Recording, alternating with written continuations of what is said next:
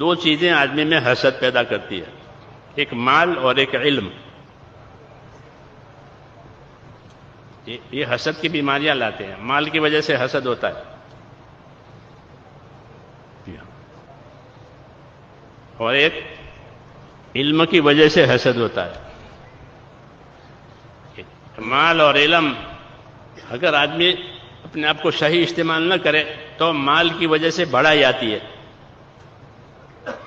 مالدار ہو گئے، بڑے آدمی ہو گئے، پھر مال اس کو حق بات سمجھنے نہیں دیتا۔ یہ اثر ہے مال کا کہ مال صحیح بات سمجھنے نہیں دیتا۔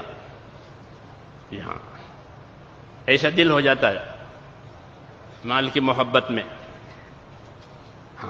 اپنی بڑائی آ جاتی ہے، اپنے آپ کو کچھ سمجھنے لگتا ہے۔ جی ہاں،